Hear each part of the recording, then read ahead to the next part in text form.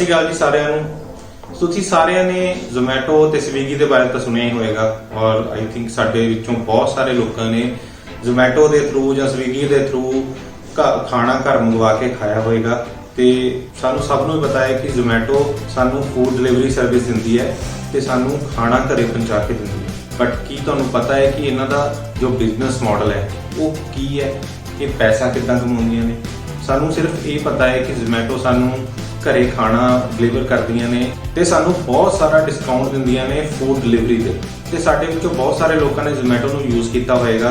Example just ਮੈਂ ਜ਼ੋਮੈਟੋ ਦੀ ਲੈ ਰਿਹਾ, ਬਟ ਅਗਰ ਗੱਲ ਕਰੀਏ ਤਾਂ ਸਵੀਗੀ ਤੇ ਜ਼ੋਮੈਟੋ ਦੋਨਾਂ ਦਾ ਬਿਜ਼ਨਸ ਮਾਡਲ ਸੇਮ ਹੈ ਔਰ ਆਪਾਂ ਸਿਰਫ ਤੇ ਸਿਰਫ ਅੱਜ ਜ਼ੋਮੈਟੋ ਦੀ ਗੱਲ ਕਰਾਂਗੇ ਕਿ ਜ਼ੋਮੈਟੋ ਦਾ ਕੀ ਬਿਜ਼ਨਸ ਮਾਡਲ ਹੈ। ਸੋ ਜ਼ੋਮੈਟੋ ਸਾਨੂੰ 30 ਤੋਂ 40% ਦਾ ਜੋ ਐਵਰੇਜ ਹੈ ਡਿਸਕਾਊਂਟ ਦਿੰਦਾ ਹੈ ਸਾਨੂੰ ਘਰੇ ਡਿਲੀਵਰੀ ਸਰਵਿਸ ਦੇਣ ਦੇ ਲਈ। ਪਰ 30 ਤੋਂ 40% ਦਾ ਡਿਸਕਾਊਂਟ ਦੇਣ ਦੇ ਬਾਅਦ ਵੀ ਇਹ ਕੰਪਨੀ ਕਮਾਈ ਕਿੱਦਾਂ ਕਰਦੀਆਂ ਨੇ, ਇਹ ਅਸੀਂ ਕਦੇ ਸੋਚਿਆ? ਸੋ ਅੱਜ ਦੀ ਇਸ ਵੀਡੀਓ ਦੇ ਵਿੱਚ ਅਸੀਂ ਇਹਨਾਂ ਦਾ ਬਿਜ਼ਨਸ ਮਾਡਲ ਸਮਝਾਂਗੇ ਤੇ ਸਮਝਾਂਗੇ ਕਿ ਇਹ ਕਮਾਈ ਕਿੱਦਾਂ ਕਰਦੀਆਂ ਨੇ ਤੇ ਪੈਸਾ ਕਿੱਦਾਂ ਕਮਾਉਂਦੀਆਂ। ਤੇ ਇਹਦੇ ਵਿੱਚ ਸਭ ਤੋਂ ਪਹਿਲਾ ਜੋ ਸਭ ਤੋਂ ਵੱਡਾ ਕੁਐਸਚਨ ਆਉਂਦਾ ਹੈ ਕਿ ਇਹ ਕੰਪਨੀ ਸਾਨੂੰ ਡਿਸਕਾਊਂਟ ਕਿੱਦਾਂ ਦਿੰਦੀਆਂ ਨੇ। ਮਤਲਬ ਅਗਰ 30 ਤੋਂ 40% ਦਾ ਡਿਸਕਾਊਂਟ ਸਾਨੂੰ ਇਹ ਦੇ ਰਹੀਆਂ ਨੇ, ਇਹ ਕਿੱਦਾਂ ਦੇ ਰਹੀਆਂ ਨੇ? ਤੇ ਉਹ 30 ਤੋਂ 40% ਦੀ ਜੋ ਅਮਾਉਂਟ ਹੈ ਉਹ ਕੀ ਇਹ ਜ਼ੋਮੈਟੋ ਤੇ ਸਵੀਗੀ ਆਪਣੇ ਕੋਲੋਂ ਦੇ ਰਹੀਆਂ ਨੇ? ਤੇ ਇਹਦੇ ਵਿੱਚ ਸ਼ਾਇਦ ਬਹੁਤ ਸਾਰੇ ਲੋਕਾਂ ਦਾ ਇਹ ਵੀ ਆਨਸਰ ਆਏਗਾ ਕਿ ਇਹਨਾਂ ਦੇ ਵਿੱਚ ਬਹੁਤ ਸਾਰੇ ਇਨਵੈਸਟਰ ਦਾ ਪੈਸਾ ਲੱਗਿਆ ਹੋਇਆ ਹੈ ਤੇ ਉਹ ਇਨਵੈਸਟਰਸ ਆਪਣਾ ਪੈਸੇ ਦੇ ਥਰੂ 30 ਤੋਂ 40% ਦਾ ਡਿਸਕਾਊਂਟ ਤੁਹਾਨੂੰ ਦੇ ਰਹੇ ਨੇ।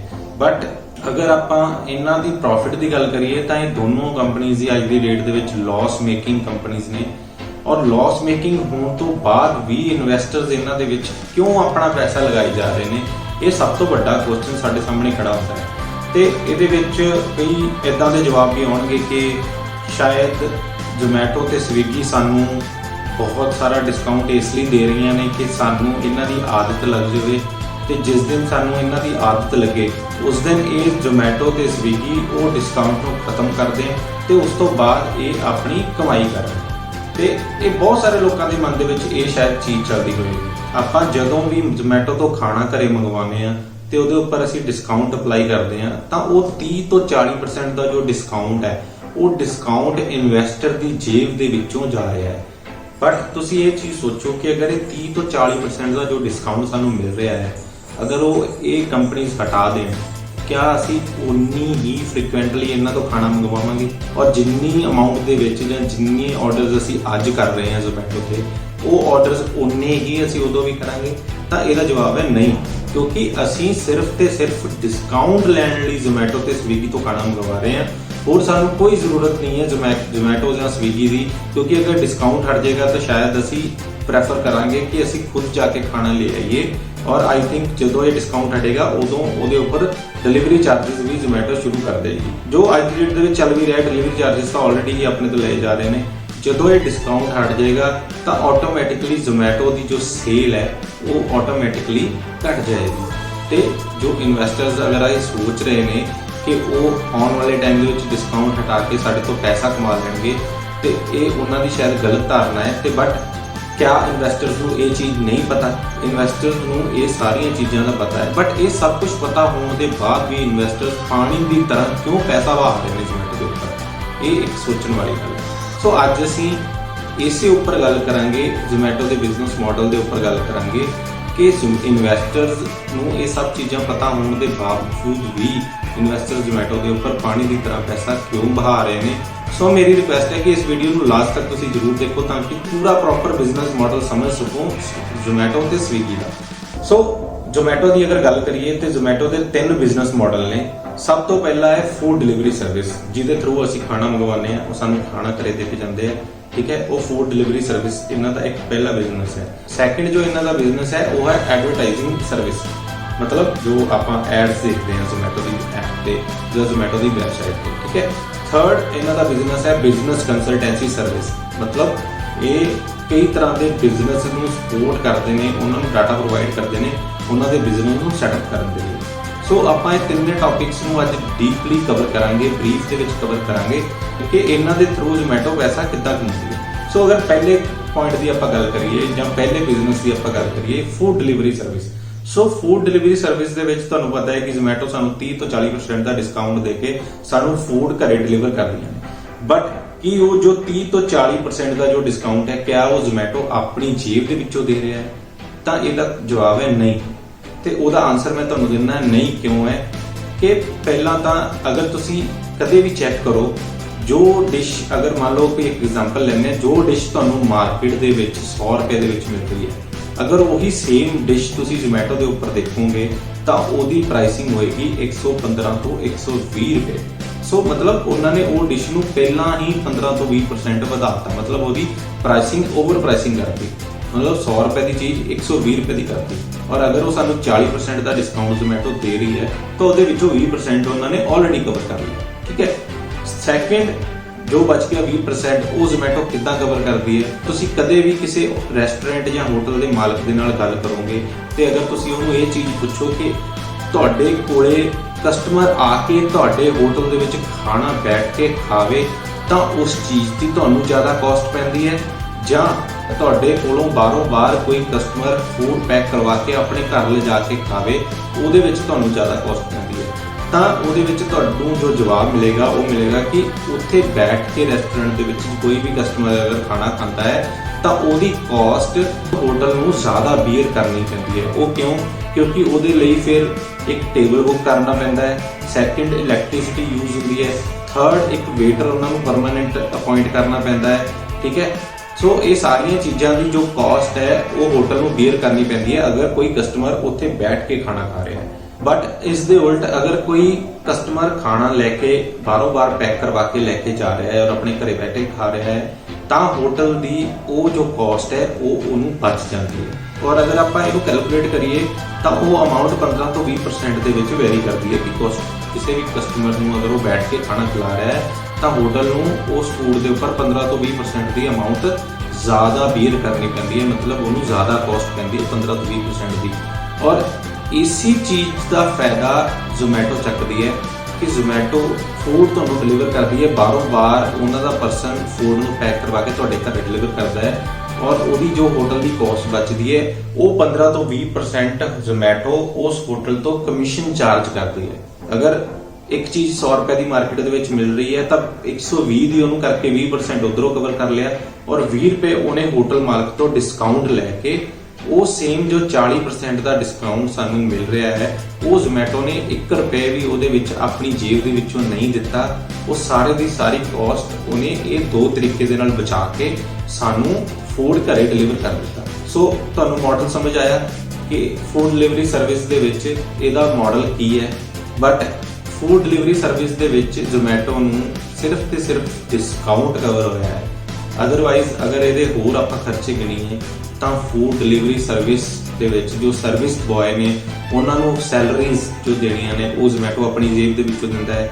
ਸੈਕਿੰਡ, ਜੋ ਉਹਦੀ ਜ਼ੋਮੈਟੋ ਦੀ ਐਪ ਹੈ ਉਹਨੂੰ ਮੇਨਟੇਨ ਕਰਨ ਦਾ, ਉਹਨੂੰ ਰਨ ਕਰਨ ਦੇ ਲਈ ਜੋ ਪਿੱਛੇ ਮੈਨ ਪਾਵਰ ਲੱਗਦੀ ਹੈ ਉਹ ਉਸ ਦੀ ਕਾਸਟ ਜ਼ੋਮੈਟੋ ਆਪਣੀ ਜੇਬ ਦੇ ਵਿੱਚੋਂ ਬੀਅਰ ਕਰਦਾ ਹੈ। ਥਰਡ, ਡਾਟਾ ਸਟੋਰ ਕਰਨ ਦਾ ਖਰਚਾ, ਇੰਨੇ ਸਾਰੇ ਕਸਟਮਰਸ ਦਾ ਜੋ ਡਾਟਾ ਹੈ ਉਹਨੂੰ ਸਟੋਰ ਕਰਨ ਦਾ ਜੋ ਖਰਚਾ ਹੈ, ਮਤਲਬ ਉਹ ਡਾਟਾ ਸਟੋਰੇਜ ਜੋ ਮੇਨਟੇਨੈਂਸ ਦਾ ਜੋ ਖਰਚਾ ਹੈ ਉਹ ਜ਼ੋਮੈਟੋ ਆਪਣੀ ਜੇਬ ਦੇ ਵਿੱਚੋਂ ਬੀਅਰ ਕਰਦਾ ਹੈ। ਮਤਲਬ ਇਨਵੈਸਟਰਸ ਦੀ ਪਾਕਟਸ ਦੇ ਵਿੱਚੋਂ ਉਹਨਾਂ ਦਾ ਕੈਸ਼ ਬਰਨ ਕੀਤਾ ਜਾਂਦਾ ਹੈ ਇਹਨਾਂ ਚੀਜ਼ਾਂ ਦੇ ਵਿੱਚ। ਬਟ ਇੱਕ ਸਵਾਲ ਇਹ ਹੈ ਕਿ ਜ਼ੋਮੈਟੋ ਕਦੋਂ ਤੱਕ ਇੰਨਾ ਸਾਰਾ ਕੈਸ਼ ਬਰਨ ਕਰਦਾ ਰਹੇਗਾ ਔਰ ਤੁਹਾਨੂੰ ਡਿਸਕਾਊਂਟ ਦਿੰਦਾ ਰਹੇਗਾ।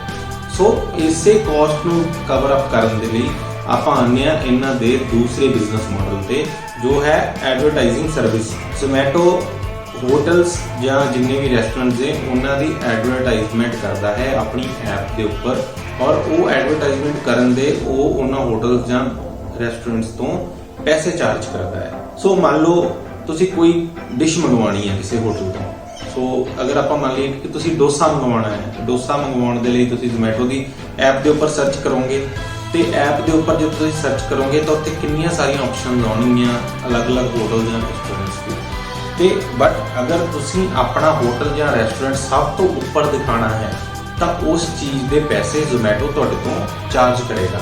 ਸੋ ਇੱਕ ਤਾਂ ਐਡਵਰਟਾਈਜ਼ਮੈਂਟ ਹੋ ਗਈ, ਸੈਕਿੰਡ ਉਸ ਦੀ ਲਿਸਟਿੰਗ ਜੋ ਹੈ ਉਹਨੂੰ ਉੱਪਰ ਜਾਂ ਨੀਚੇ ਕਰਨ ਦੇ ਲਈ ਪਹਿਲੇ ਜਾਂ ਦੂਜੇ ਜਾਂ ਤੀਜੇ ਨੰਬਰ ਤੇ ਦਿਖਾਉਣ ਦੇ ਲਈ ਜ਼ੋਮੈਟੋ ਹੋਟਲਸ ਜਾਂ ਰੈਸਟੋਰੈਂਟ ਤੋਂ ਪੈਸੇ ਚਾਰਜ ਕਰਦਾ ਹੈ। ਸੈਕਿੰਡ, ਮੰਨ ਲਓ ਕਿਸੇ ਨੇ ਨਵਾਂ ਹੋਟਲ ਖੋਲਿਆ ਹੈ ਜਿਹਦੇ ਬਾਰੇ ਬਹੁਤ ਸਾਰੇ ਲੋਕਾਂ ਨੂੰ ਨਹੀਂ ਪਤਾ, ਤਾਂ ਜ਼ੋਮੈਟੋ ਦੇ ਥਰੂ ਉਹ ਹੋਟਲ ਆਪਣੀ ਐਡ ਵੀ ਉਹਨਾਂ ਦੀ ਐਪ ਦੇ ਉੱਪਰ ਚਲਾ ਸਕਦਾ ਹੈ। ਔਰ ਜਦੋਂ ਵੀ ਤੁਸੀਂ ਉਸ ਐਪ ਨੂੰ ਖੋਲੋਗੇ ਤਾਂ ਉਹ ਹੋਟਲ ਦੀ ਐਡ ਤੁਹਾਨੂੰ ਉੱਥੇ ਦਿਖਾਈ ਦੇਗੀ, ਜਿਹਦੇ ਤੋਂ ਤੁਹਾਨੂੰ ਪਤਾ ਲੱਗੇਗਾ ਕਿ ਹਾਂ ਇਹ ਇੱਕ ਹੋਟਲ ਵੀ ਹੈ ਸਾਡੇ ਸ਼ਹਿਰ ਦੇ ਵਿੱਚ ਜਿਹਦੇ ਵਿੱਚ ਇਹ ਡਿਸ਼ਿਸ ਅਵੇਲੇਬਲ ਨੇ ਔਰ ਤੁਸੀਂ ਉਹ ਡਿਸ਼ ਇੱਥੋਂ ਵੀ ਮੰਗਵਾ ਕੇ ਖਾ ਸਕਦੇ ਹੋ। ਸੋ ਐਡਵਰਟਾਈਜ਼ਮੈਂਟ ਕਰਨ ਦੀ ਜੋ ਫੀਸ ਹੈ ਉਹ ਜ਼ੋਮੈਟੋ ਹੋਟਲ ਤੇ ਰੈਸਟੋਰੈਂਟ ਤੋਂ ਚਾਰਜ ਕਰਦਾ ਹੈ, ਤੇ ਜੋ ਉਹਦੀ ਕਾਸਟ ਪੈਂਦੀ ਹੈ, ਜੋ ਮੈਂ ਤੁਹਾਨੂੰ ਪਿੱਛੇ ਪੁਆਇੰਟਸ ਦੱਸੇ ਨੇ ਕਿ ਡਿਲੀਵਰੀ ਸਰਵਿਸ ਤੇ ਜਾਂ ਡਾਟਾ ਸਟੋਰ ਕਰਨ ਤੇ ਜਾਂ ਐਪ ਨੂੰ ਮੇਨਟੇਨ ਕਰਨ ਤੇ, ਉਹ ਸਾਰੇ ਖਰਚਿਆਂ ਨੂੰ ਮੇਨਟੇਨ ਕਰਨ ਦੇ ਲਈ ਉਹ ਜੋ ਇਹ ਫੀਸ ਦੇ ਵਿੱਚੋਂ ਪੈਸਾ ਜ਼ੋਮੈਟੋ ਨੂੰ ਇਕੱਠਾ ਹੁੰਦਾ ਹੈ ਉਹ ਉਸ ਨੂੰ ਉੱਥੇ ਯੂਜ਼ ਕਰਦਾ ਹੈ। ਤੇ ਇਹ ਜੋ ਐਡਵਰਟਾਈਜ਼ਮੈਂਟ ਸਰਵਿਸ ਜੋ ਜ਼ੋਮੈਟੋ ਪ੍ਰੋਵਾਈਡ ਕਰਦਾ ਹੈ ਇੱਕ ਇਦਾਂ ਦੀ ਇੰਟੈਲੀਜੈਂਟ ਸਕੀਮ ਹੈ। ਤੁਹਾਨੂੰ ਐਗਜ਼ਾਮਪਲ ਦੇ ਨਾਲ ਮੈਂ ਸਮਝਾਵਾਂ ਕਿ ਕਿਸੇ ਹੋਟਲ ਨੇ ਅਗਰ ਆਪਣੀ ਐਡ ਰਨ ਕਰਨੀ ਹੈ ਤੇ ਮੰਨ ਲਓ ਕਿ ਉਸ ਹੋਟਲ ਦਾ 50% ਜੋ ਆਰਡਰਸ ਨੇ ਉਹ ਉਹਨੂੰ ਜ਼ੋਮੈਟੋ ਦੇ ਥਰੂ ਮਿਲ ਰਹੇ ਨੇ, ਤਾਂ ਉਹ ਹੋਟਲ ਕੀ ਕਰੇਗਾ, ਉਹ ਹੋਟਲ ਹਮੇਸ਼ਾ ਕੋਈ ਵੀ ਹੋਟਲ ਚਾਹੇਗਾ ਕਿ ਉਹਦੇ ਹੋਟਲ ਦੇ ਵਿੱਚੋਂ ਜੋ ਜ਼ੋਮੈਟੋ ਦੇ ਥਰੂ ਸੇਲ ਹੁੰਦੀ ਹੈ ਉਹ ਸੇਲ ਵਧੇ, ਕਿਉਂਕਿ ਉਹਦੀ ਜੋ ਕਾਸਟ ਹੈ ਉਸ ਚੀਜ਼ ਦੇ ਵਿੱਚ ਬਚਦੀ ਹੈ। ਤੇ ਉਹ ਅਗਰ 50% ਸੇਲ ਉਹਦੀ ਜ਼ੋਮੈਟੋ ਦੇ ਥਰੂ ਆਏਗੀ ਤਾਂ ਉਹ ਜ਼ੋਮੈਟੋ ਨੂੰ ਪੈਸਾ ਦੇਗਾ ਹੋਰ ਐਡ ਰਨ ਕਰਨ ਦੇ ਲਈ, ਔਰ ਉਹਦੇ ਤੋਂ ਉਹਦੀ ਸੇਲ ਵਧੇਗੀ ਤੇ ਉਹ ਜਿੰਨੀ ਜ਼ਿਆਦਾ ਐਡ ਦੇਗਾ ਉਨੀ ਜ਼ਿਆਦਾ ਜ਼ੋਮੈਟੋ ਨੂੰ ਕਮਾਈ ਹੋਏਗੀ, ਔਰ ਉਸੇ ਕਮਾਈ ਤੋਂ ਜ਼ੋਮੈਟੋ ਤੁਹਾਨੂੰ ਜ਼ਿਆਦਾ ਤੋਂ ਜ਼ਿਆਦਾ ਡਿਸਕਾਊਂਟ ਦੇਗਾ ਆਪਣੀਆਂ ਚੀਜ਼ਾਂ ਦੇ ਉੱਪਰ। ਥਰਡ ਆਨੇ ਆਪਾਂ ਇਹਨਾਂ ਦੀ ਕੰਸਲਟੈਂਸੀ ਸਰਵਿਸਿਜ਼ ਤੇ। ਅੱਜ ਦੀ ਡੇਟ ਦੇ ਵਿੱਚ ਜ਼ੋਮੈਟੋ ਦੇ ਕੋਲੇ ਟੋਟਲ 1 ਕਰੋੜ ਕਸਟਮਰਸ ਨੇ ਪੂਰੇ ਇੰਡੀਆ ਦੇ ਵਿੱਚ, ਔਰ ਜ਼ੋਮੈਟੋ ਨੂੰ ਕੱਲੇ ਕਸਟਮਰਸ ਦੀ ਫੂਡ ਹੈਬਿਟਸ ਦਾ ਪਤਾ ਹੈ, ਔਰ ਉਹਨੂੰ ਇਹ ਵੀ ਪਤਾ ਹੈ ਕਿ ਇੰਡੀਆ ਦੇ ਕਿਹੜੇ ਸ਼ਹਿਰ ਦੇ ਵਿੱਚ ਕਿਹੜੇ ਏਰੀਆ ਦੇ ਵਿੱਚ ਕਿਹੜੀ ਚੀਜ਼ ਕਿੰਨੇ ਰੁਪਏ ਦੀ ਵਿਕਦੀ ਹੈ। ਸੋ ਉਸ ਡਾਟੇ ਦੇ ਬੇਸਿਸ ਤੇ ਅਗਰ ਕਿਸੇ ਨੇ ਹੋਟਲ ਖੋਲਣਾ ਹੈ ਤਾਂ ਉਹ ਜ਼ੋਮੈਟੋ ਦੇ ਥਰੂ ਕੰਸਲਟੈਂਸੀ ਸਰਵਿਸਿਜ਼ ਲੈਂਦੇ ਨੇ, ਔਰ ਉਸ ਡਾਟਾ ਦੇ ਥਰੂ ਜ਼ੋਮੈਟੋ ਉਹਨੂੰ ਹੈਲਪ ਕਰਦਾ ਹੈ ਹੋਟਲ ਦੀ ਡਿਸ਼ਿਸ ਸਿਲੈਕਟ ਕਰਨ ਦੇ ਵਿੱਚ, ਪਲੱਸ ਉਹਨਾਂ ਦੀ ਪ੍ਰਾਈਸਿੰਗ ਸਿਲੈਕਟ ਕਰਨ ਦੇ ਵਿੱਚ ਕਿ ਕਿੰਨੇ ਪ੍ਰਾਈਸ ਦੇ ਵਿੱਚ ਕਿਹੜੀ ਡਿਸ਼ ਕਿਹੜੇ ਏਰੀਆ ਦੇ ਵਿੱਚ ਤੁਸੀਂ ਜਿਹੜੇ ਏਰੀਆ ਦੇ ਵਿੱਚ ਹੋਟਲ ਖੋਲ ਰਹੇ ਹੋ ਉਸ ਏਰੀਆ ਦੇ ਵਿੱਚ ਆਹ ਡਿਸ਼ ਇੰਨੀ ਵਿਕਦੀ ਹੈ ਔਰ ਇਸ ਅਮਾਉਂਟ ਦੇ ਵਿੱਚ ਵਿਕਦੀ ਹੈ। ਸੋ ਇੰਨੇ ਸਾਰੇ ਡਾਟੇ ਦੀ ਹੈਲਪ ਦੇ ਨਾਲ ਜ਼ੋਮੈਟੋ ਕੰਸਲਟੈਂਸੀ ਸਰਵਿਸਿਜ਼ ਦਿੰਦਾ ਹੈ ਬਹੁਤ ਸਾਰੇ ਹੋਟਲਸ ਨੂੰ ਸੈਟਅਪ ਕਰਨ ਦੇ ਲਈ, ਔਰ ਉਹਨਾਂ ਦਾ ਬਿਜ਼ਨਸ ਗਰੋ ਕਰਨ ਦੇ ਵਿੱਚ ਉਹਨਾਂ ਦੀ ਬਹੁਤ ਸਾਰੀ ਹੈਲਪ ਕਰਦਾ ਹੈ। ਔਰ ਇਹ ਸਾਰੀ ਸਰਵਿਸ ਦੇ ਬਦਲੇ ਜ਼ੋਮੈਟੋ ਉਹਨਾਂ ਹੋਟਲਸ ਤੋਂ ਬਹੁਤ ਮੋਟੀ ਰਕਮ ਚਾਰਜ ਕਰਦਾ ਹੈ। ਤੇ ਥਰਡ ਜੋ ਇਹਦਾ ਬਿਜ਼ਨਸ ਮਾਡਲ ਹੈ, ਇਸੇ ਬਿਜ਼ਨਸ ਮਾਡਲ ਦੇ ਲਈ ਜਾਂ ਇਸੇ ਡਾਟਾ ਦੇ ਲਈ ਇਨਵੈਸਟਰਸ ਆਪਣਾ ਪੈਸਾ ਜ਼ੋਮੈਟੋ ਦੇ ਵਿੱਚ ਲਗਾ ਰਹੇ ਨੇ, ਕਿਉਂਕਿ ਇੰਨੇ ਸਾਰੇ ਡਾਟਾ ਦੇ ਥਰੂ ਜ਼ੋਮੈਟੋ ਦੇ ਕੋਲੇ ਹਰ ਇੱਕ ਕਸਟਮਰ ਦੀ ਫੂਡ ਹੈਬਿਟਸ ਤੇ ਉਹਦੀ ਬਾਇੰਗ ਪਾਵਰ ਦਾ ਉਹਨੂੰ ਪਤਾ ਹੈ, ਤੇ ਉਹਦੇ ਬੇਸਿਸ ਤੇ ਉਹ ਆਉਣ ਵਾਲੇ ਟਾਈਮ ਦੇ ਵਿੱਚ ਆਪਣੇ ਬਹੁਤ ਸਾਰੇ ਹੋਟਲਸ ਖੁਦ ਦੇ ਹੋਟਲਸ ਉਹ ਪੂਰੇ ਇੰਡੀਆ ਦੇ ਵਿੱਚ ਖੋਲ ਸਕਦਾ ਹੈ, ਔਰ ਹਰ ਇੱਕ ਹੋਟਲ ਦੇ ਵਿੱਚ ਉਹਨੂੰ ਪਤਾ ਹੋਏਗਾ ਕਿ ਕਿਹੜੀ ਡਿਸ਼ ਕਿੱਥੇ ਵਿਕਣੀ ਹੈ ਤੇ ਕਿੰਨੀ ਅਮਾਉਂਟ ਦੀ ਵਿਕਣੀ ਹੈ। ਤੇ ਆਉਣ ਵਾਲੇ ਟਾਈਮ ਦੇ ਵਿੱਚ ਕੋਈ ਵੀ ਰੈਸਟੋਰੈਂਟ ਜਾਂ ਹੋਟਲ ਜਾਂ ਤਾਂ ਜ਼ੋਮੈਟੋ ਦੀ ਹੈਲਪ ਤੋਂ ਬਿਨਾਂ ਚੱਲ ਨਹੀਂ ਪਾਏਗਾ ਜਾਂ ਇਹਨਾਂ ਦੇ ਨਾਲ ਕੰਪੀਟ ਨਹੀਂ ਕਰ ਪਾਏਗਾ, ਕਿਉਂਕਿ ਜ਼ੋਮੈਟੋ ਨੂੰ ਪਤਾ ਹੈ ਕਿ ਕਿਹੜੀ ਡਿਸ਼ ਕਿੰਨੀ ਅਮਾਉਂਟ ਦੇ ਵਿੱਚ ਵਿਕਣੀ ਹੈ। ਸੋ ਇਹ ਸਾਰੀ ਚੀਜ਼ ਦੇ ਲਈ ਇਨਵੈਸਟਰਸ ਆਪਣਾ ਪੈਸਾ ਜੋ ਹੈ ਉਹ ਜ਼ੋਮੈਟੋ ਦੇ ਵਿੱਚ ਪਾਣੀ ਦੀ ਤਰ੍ਹਾਂ ਲਗਾ ਰਹੇ ਨੇ, ਸਿਰਫ ਤੇ ਸਿਰਫ ਉਹ ਡਾਟੇ ਦੇ ਉੱਤੇ। ਸੋ ਇਹ 3 ਬੇਸਿਕ ਮਾਡਲ ਸੀ ਜਿਨ੍ਹਾਂ ਦੇ ਉੱਪਰ ਜਿਨ੍ਹਾਂ ਦੇ ਥਰੂ ਜ਼ੋਮੈਟੋ ਪੈਸਾ ਕਮਾਉਂਦਾ ਹੈ। ਪਹਿਲਾ food delivery service, second advertising service, third consultancy services. ਤੇ ਜੋ ਥਰਡ ਇਹਦਾ ਬਿਜ਼ਨਸ ਮਾਡਲ ਹੈ ਉਹਦੇ ਫਿਊਚਰ ਬੈਨੀਫਿਟਸ ਜੋ ਹੋਣੇ ਨੇ, ਉਹਨਾਂ ਬੈਨੀਫਿਟਸ ਨੂੰ ਲੈਣ ਦੇ ਲਈ ਇਨਵੈਸਟਰਸ ਆਪਣਾ ਪੈਸਾ ਲਗਾਤਾਰ ਜ਼ੋਮੈਟੋ ਦੇ ਵਿੱਚ ਲਗਾ ਰਹੇ ਨੇ। ਸੋ ਆਈ ਥਿੰਕ ਤੁਹਾਨੂੰ ਸਮਝ ਆ ਗਿਆ ਹੋਵੇਗਾ ਕਿ ਜ਼ੋਮੈਟੋ ਕਿੱਦਾਂ ਕਮਾਈ ਕਰਦਾ ਹੈ ਤੇ ਇਹਦਾ ਬਿਜ਼ਨਸ ਮਾਡਲ ਕੀ ਹੈ। ਫਿਰ ਵੀ ਅਗਰ ਤੁਹਾਨੂੰ ਕੁਝ ਨਹੀਂ ਸਮਝ ਆਇਆ ਤਾਂ ਤੁਸੀਂ ਨੀਚੇ ਕਮੈਂਟ ਦੇ ਵਿੱਚ ਪੁੱਛ ਸਕਦੇ ਹੋ, ਅਸੀਂ ਤੁਹਾਨੂੰ ਜਲਦੀ ਤੋਂ ਜਲਦੀ ਰਿਪਲਾਈ ਕਰਾਂਗੇ। ਸੋ ਇੰਨੀ ਸਾਰੀ ਨੌਲੇਜ ਮਿਲਣ ਤੋਂ ਬਾਅਦ ਆਈ ਥਿੰਕ ਤੁਹਾਡਾ ਦਿਲ ਕਰਦਾ ਹੋਵੇਗਾ ਕਿ ਤੁਸੀਂ ਇਸ ਸ਼ੇਅਰ ਦੇ ਵਿੱਚ ਇਨਵੈਸਟ ਕਰੋ, ਬਟ ਅਸੀਂ ਕਿਸੇ ਵੀ ਸ਼ੇਅਰ ਦੇ ਵਿੱਚ ਇਨਵੈਸਟ ਕਰਨ ਦੇ ਲਈ ਤੁਹਾਨੂੰ ਸੁਜੈਸ਼ਨ ਨਹੀਂ ਦਿੰਦੇ। ਉਹ ਤੁਹਾਡੀ ਆਪਣੀ ਮਰਜ਼ੀ ਹੈ ਕਿ ਤੁਸੀਂ ਕਿਸੇ ਵੀ ਸ਼ੇਅਰ ਦੇ ਵਿੱਚ ਇਨਵੈਸਟ ਕਰਨਾ ਹੈ ਜਾਂ ਕਿੰਨੀ ਅਮਾਉਂਟ ਕਰਨਾ ਹੈ ਨਹੀਂ ਕਰਨਾ ਹੈ, ਉਹ ਤੁਹਾਡੀ ਆਪਣੀ ਮਰਜ਼ੀ ਹੈ। ਸਾਡਾ ਜੋ ਪਰਪਸ ਸੀ, ਸਾਡਾ ਪਰਪਸ ਸਿਰਫ ਤੇ ਸਿਰਫ ਤੁਹਾਨੂੰ ਇਹਨਾਂ ਦਾ ਬਿਜ਼ਨਸ ਮਾਡਲ ਸਮਝਾਉਣਾ ਹੈ। ਬਟ ਅਗਰ ਤੁਸੀਂ ਇਸ ਸ਼ੇਅਰ ਦੇ ਬਾਰੇ ਜਾਂ ਕਿਸੇ ਵੀ ਸ਼ੇਅਰ ਦੇ ਬਾਰੇ ਜ਼ਿਆਦਾ ਨੌਲੇਜ ਲੈਣਾ ਚਾਹੁੰਦੇ ਹੋ ਤਾਂ ਤੁਸੀਂ ਸਾਡਾ ਟੈਲੀਗ੍ਰਾਮ ਚੈਨਲ ਜ਼ਰੂਰ ਜੁਆਇਨ ਕਰੋ, ਜਿਹਦਾ ਲਿੰਕ ਅਸੀਂ ਡਿਸਕ੍ਰਿਪਸ਼ਨ ਦੇ ਵਿੱਚ ਦਿੱਤਾ ਹੋਇਆ ਹੈ। ਔਰ ਉਸ ਚੈਨਲ ਦੇ ਵਿੱਚ ਅਸੀਂ ਕਿਸੇ ਵੀ ਸ਼ੇਅਰ ਨੂੰ ਕਿੱਦਾਂ ਪਿਕ ਕਰਨਾ ਹੈ ਉਹ ਤੁਹਾਨੂੰ ਦੱਸਾਂਗੇ, ਪਲੱਸ ਤੁਹਾਡੇ ਪੋਰਟਫੋਲੀਓਜ਼ ਨੂੰ ਐਨਾਲਿਸਿਸ ਕਰਕੇ ਦਵਾਂਗੇ, ਪਲੱਸ ਤੁਹਾਡੀ ਹੈਲਪ ਕਰਾਂਗੇ ਇੱਕ ਅੱਛਾ ਪੋਰਟਫੋਲੀਓ ਬਣਾਉਣ ਦੇ ਲਈ ਜਿਹਦੇ ਵਿੱਚ ਫਿਊਚਰ ਦੇ ਵਿੱਚ ਤੁਹਾਨੂੰ ਗਰੋਥ ਮਿਲ ਸਕੇ।